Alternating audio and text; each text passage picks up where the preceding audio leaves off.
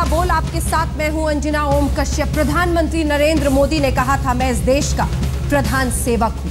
फिर आखिर उनके मंत्री क्यों ऐसा कह रहे हैं कि हट जाओ, उठ जाओ, सीट छोड़ दो कि मैं पहुंच गया हूं, विमान रोक दो कि मुझे जाना है? ये सवाल बहुत बड़ा है। जिन बिंदुओं पर आज हम करेंगे चर्चा, उसमें कटघरे में दिख रहे इस वक्त दो मंत्री, एक मुख्यमंत्री और एक गृह राज्य मंत्री। जी हां, क्या मोदी के मंत्री सीएम पर भी वीआईपी कल्चर हावी है? क्योंकि ये आरोप पहले यूपीए पर लगता था।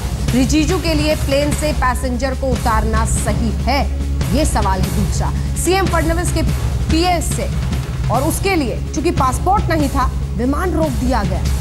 एक जो राष्ट्रीय विमान था उसको रोका गया क्योंकि प्रिंसिपल सेक्रेटरी साहब अपना गलत पासपोर्ट ले आए थे। लोकतंत्र में अब नेता भी खुद को महाराजा समझने लगे हैं क्या? क्या ये एयर इंडिया के नए महाराजा इस देश के मंत्री हैं? वीआईपी कल्चर खत्म करना किसी भी सरकार के लिए संभव नहीं है, ये सीधा सवाल है। क्या हिंदुस्तान में सत्ता की महक ही कुछ ऐसी है कि उसमें मदहोश होकर तमाम लोग अपना इस्तेमाल करते हैं, अपने रसूख का इस्तेमाल करते हैं, वीआईपी कल्चर को आगे बढ़ाते हैं? देखिए हमारी रिपोर्ट, फिर चर्चा की शुरुआत करें। मैं किरण रिजिजू ईश्वर की शपथ लेता हूं। लेकिन अब जरा पीएम के शागिर्दों का बर्ताव देखिए। लेके एयरपोर्ट पर 24 जून की सुबह देश के केंद्रीय गृह राज्य मंत्री किरण रिजिजू पहुंचे तो लगा कि राजशाही और सामंतशाही नए मिजाज में अवतरित हुई है। एयर इंडिया की फ्लाइट का दरवाजा तक बंद हो चुका था। विमान रनवे पर जाने की तैयारी में था कि मंत्री होने की हनक गूंज उठी। बाअदब, बामुलायजा, होशियार भारत सरकार के माननीय महाराजा पधार रहे हैं, इसलिए पायलट महोदय विमान रोक दीजिए, बंद दरवाजे खोल दीजिए। गोरे गोरे मुखड़े पर काले फ्रेम का चश्मा चढ़ाकर देश के गृह राज्य मंत्री किरण रिजिजू अपनी चिर परिचित मुस्कुराहट के साथ विमान में दाखिल हुए तो समय की सुई के साथ पायलट का सब्र जवाब दे चुका था। क्रू मेंबरों के सामने सवाल खड़ा था कि मंत्री जी के लिए आखिर सीट कौन खाली करेगा। फ्लाइट फुल थी। मंत्री जी हवाई जहाज पर चढ़ चुके थे, सीट के लिए बहुत व्यग्र थे। फुल हो चुकी फ्लाइट में मंत्री जी और उनके सहायक सोनम जम्मू कश्मीर के डिप्टी सीएम निर्मल सिंह को सीट देने के लिए प्रशासन हलकान था, लेकिन तमाशा देखकर पायलट हैरान था। मंत्री जी के साथ प्रशासन की निगाहें उन 3 निरीह यात्रियों को खोज रही थीं, जिन्हें विमान के आखिरी वक्त में उतरने का फरमान सुना दिया गया था, क्योंकि महाराजा में सवार होकर महाराजा को दिल्ली जाने की अर्जेंसी थी। पति, पत्नी और बच्चे को सीट पर बैठे होने के बावजूद फ्लाइट से इसलिए उतारा गया क्योंकि अचानक 3 वीआईपी दिल्ली जाने के लिए विमान रुकवाकर उसमें दाखिल हो गए। मामला जैसे ही सुर्खियों में आया तो रिजिजू 360 डिग्री घूम गए। मंत्री जी को पता ही नहीं कि किसी यात्री को उनके लिए उतारा भी गया है। किसी को डिबार किया या उतरा वो तो मुझे मालूम नहीं है, लेकिन मैं तो उसमें वो जो 1140 है ऐसे बताया, तभी तो मैंने लास्ट मिनट में बोर्डिंग किया। नहीं, लेकिन ये है एयर इंडिया की रिपोर्ट में भी ये बात है कि 3 जो पैसेंजर्स ऑलरेडी बोर्ड कर चुके थे उनको डीबोर्ड किया गया है। वो तो नहीं कर सकते ना, ऐसा नहीं कर सकते। अगर कोई ऐसे किया तो गलत बात। इधर आम आदमी के हक से खुद को ऊपर समझ चुके जम्मू कश्मीर के डिप्टी सीएम का भी तर्क सुनिए कि महाराजा में महाराजाओं की सवारी के वक्त यही सरकारी नियम है, जिसे जब चाहेंगे उतार देंगे। अब सवाल 3 मुसाफिरों को हवाई जहाज से उतारने का नहीं है, सवाल यह है कि लोकतंत्र में लोक बड़ा है या तंत्र। वीआईपी मनमानी के किस्से मानो अब रोजाना की बात हो गए हैं, लिहाजा प्रधानमंत्री कार्यालय ने भी नागरिक उड्डयन मंत्रालय से रिजिजू समेत एयर इंडिया फ्लाइट में हाल फिलहाल में हुई देरी की वजहों पर रिपोर्ट तलब कर ली है। दरअसल चंद रोज पहले महाराष्ट्र के मुख्यमंत्री देवेंद्र फडणवीस भी न्यूयॉर्क रवाना हुए तो एयर इंडिया की फ्लाइट 57 मिनट देर से रवाना हुई थी। उस वक्त मामले में तकनीकी पेंच जोड़कर मामला रफा दफा करने की कोशिश की गई, लेकिन अब रिपोर्ट खुद ही बता रही है कि एयर इंडिया की देरी के लिए वीआईपी ही जिम्मेदार है। ब्यूरो रिपोर्ट, आज तक। तमाम खास मेहमान हमारे साथ इस पूरी चर्चा में जुड़ रहे हैं। सबसे पहले आपका परिचय करा दें। सुधांशु त्रिवेदी जी भारतीय जनता पार्टी के राष्ट्रीय प्रवक्ता हमारे साथ जुड़ गए हैं। संजय झा जी हमारे साथ जुड़ गए हैं, प्रवक्ता कांग्रेस पार्टी के। संजय सिंह साहब जो कि वरिष्ठ नेता हैं आम आदमी पार्टी के, वो हमारे साथ जुड़ गए हैं। जितेंद्र भार्गव जी जो कि फॉर्मर एग्जीक्यूटिव हैं, डायरेक्टर हैं एयर इंडिया के, वो भी हमारे साथ इस चर्चा में जुड़ रहे हैं। गौरव भाटिया जी प्रवक्ता समाजवादी पार्टी के हमारे साथ जुड़ रहे हैं। सुधांशु त्रिवेदी जी क्या आप मुझे सुन सकते हैं? अभी उनसे संपर्क नहीं हो पाया है, हालांकि पहला सवाल उन्हीं के लिए होना चाहिए था। लेकिन संजय झा जी, मेरे पास एक पूरी लिस्ट है और यूपीए सरकार के 10 साल तो इसी की गिनती होती रही कि किस किस ने अपने आप को वीआईपी समझकर तंत्र को तोड़ा मरोड़ा। अब आप लिस्ट मांगेंगे मैं तो मैं आपको बता भी दूंगी कि रेणुका चौधरी जी एक बार मॉल में शॉपिंग कर रही थी, उन्होंने फ्लाइट को रोक दिया था। और किस किस ने रोका था? एनसीपी के नेता प्रफुल्ल पटेल की बेटी का भी कुछ ऐसा ही फसाना था। तो फिर आप किस मुंह से ये सवाल पूछेंगे कि इन्होंने देरी कराई? नहीं, देखिए अंजना जी, इसमें कोई दो राय नहीं होना चाहिए, इसमें कोई वाद विवाद की भी जरूरत नहीं है। यदि हमारे नेता लोग अहंकार और अभिमान के शिकार हो चुके हैं तो वो गलत बात है।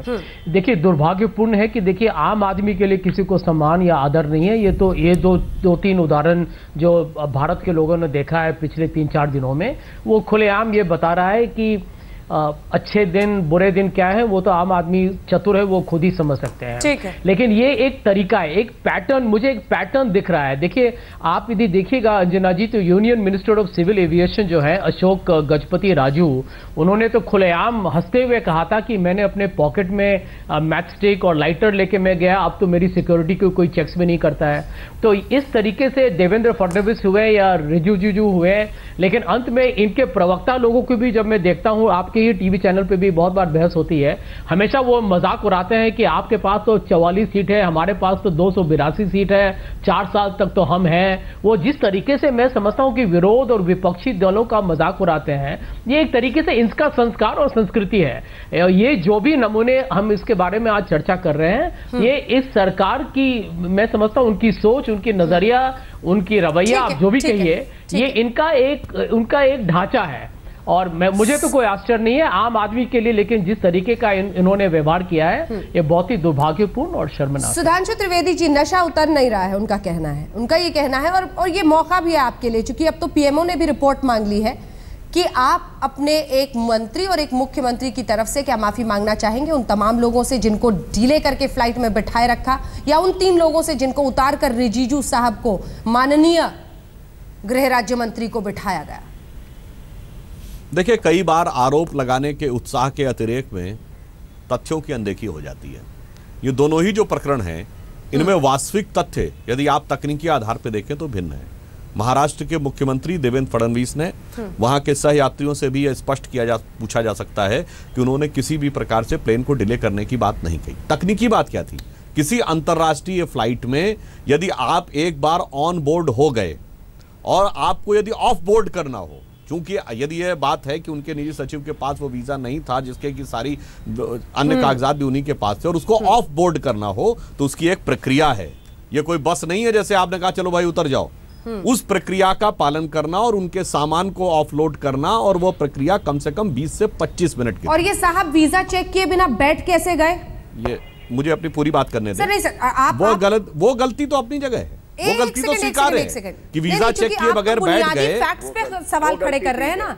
नहीं, आप तो बुनियादी फैक्ट्स पे सवाल खड़े कर रहे हैं ना? बुनियादी फैक्ट्स पे मैं कह रहा हूं, यदि यह गलती हुई उसके बाद जो हो सकता था, और यदि पूरा डेलीगेशन उतरता, 8 लोग पूरी तरह ऑफ बोर्ड होते, तो उस प्रक्रिया में 2 घंटे तक लग सकते थे। इसी पर सफाई दे रहे हैं। आगे ऐसा ना हो, हम देखेंगे। ये कहा है गजपति राजू ने पीएमओ के दखल पर उड्डयन मंत्री का अब ये जवाब है। Our country is one, whether it's public sector or private sector. It is one country and they all governed under the same regulations. यात्रियों को उतारना गलत है, ये उन्होंने कहा है। नंबर 1, नंबर 2 कहा है जो देरी हुई उसके लिए भी मुझे खेद है। यानी लगभग दोनों ही मंत्रियों में गलती को स्वीकारते हुए, खेद जताते हुए, और ये कहा है कि आगे ऐसा नहीं होगा। उड्डयन मंत्री ने ये कहा है। सुधांशु त्रिवेदी जी, वीआईपी अगर नहीं होते तो बिना उनका वीजा चेक किया हो, यही तो नशा है ना। यही आप अपने हद तक तमाम सीमाओं को तोड़ते हुए आपको और मुझे आपका मैं नहीं जिक्र कर सकती, मुझे या आम किसी व्यक्ति को कोई चढ़ने देगा वीजा 50 बार चेक किए बिना? जी निश्चित रूप से वहां पे जो गलती हुई उसको हम ईमानदारी से स्वीकार करते हैं कि संबंधित व्यक्ति को अपने कागजात सही ढंग से लेके जाने चाहिए, और हो सकता है और जिस व्यक्ति की ड्यूटी चेक करने की थी उसको भी चेक करना चाहिए था। यहां पर किसी को भी खास या आम होने के कारण कोई लाभ नहीं देना चाहिए था। मगर वहां जो तकनीकी आधार था कि उतारने की प्रक्रिया में ज्यादा समय लगने की संभावना थी, और वहां उतरने के बाद 2 घंटे के अंदर न्यू जर्सी के गवर्नर के साथ जो अरेंजमेंट था, यदि वो पूरा डेलीगेशन उतर जाता तो वहां नाना प्रकार की जो समस्याएं होती उसके सारे के सारे व्यवहारिक और आर्थिक भार भी सरकार के ऊपर ही आते, और जो कुछ अंतर्राष्ट्रीय स्तर पर गलत प्रभाव पड़ता है, डेलीगेशन आना था और वो नहीं आया, कैंसिल हो गया, वो अलग। ये तो अलग ही उड़ान पर आप ले चल रहे हैं। एक सेकंड सर, क्या ये तो अलग ही उड़ान पे आप ले जा रहे हैं? ये तो खैर मतलब अब क्या कहा जाए, पहले तो आप किसी भी विशेषज्ञ से पूछ लीजिए, यदि 8 लोगों को ऑन बोर्ड से ऑफलोड करना हो तो कितना समय लगेगा? चलिए ठीक है संजय सिंह जी, संभावित जो समय था कि उससे सोचा गया कि अगर वो आ जाएगा तो जल्दी आ जाएगा, बजाय इसके कि वो पूरी प्रक्रिया करके ऑफलोड करके उनका सामान उतार के वापस टर्मिनल तक जहाज को ले जाके फिर सारा सामान उतारना। मैं वापस आऊंगी सर, अधिक समय लगता है। ठीक है, अन्य मेहमानों के पास संजय सिंह जी, अब तो आपकी पार्टी पर भी आरोप लगा रहा है कि कहां आप रहे आम आदमी के, अब तो आप लोग भी खास हो गए।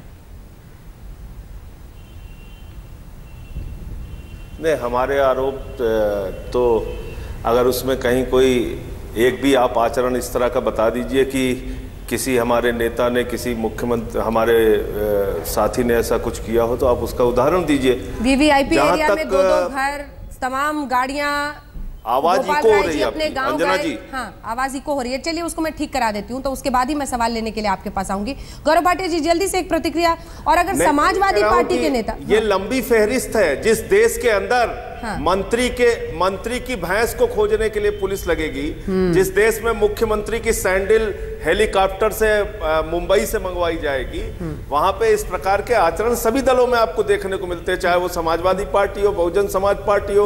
हम लोगों ने यही सुना था कि मायावती जी की सैंडल आई थी हेलीकॉप्टर से मुंबई से। हमने देखा कि आजम खां की भैंस को पकड़ने के लिए उत्तर प्रदेश की पुलिस काम करती है। अभी ये जो निर्लज्जता के साथ बयान देखिए डिप्टी चीफ मिनिस्टर का, निर्लज्जता के साथ बयान देखिए डिप्टी चीफ मिनिस्टर का। अरे भाई, ये कौन बीच में बोल रहा है? आपने सवाल किससे पूछा है?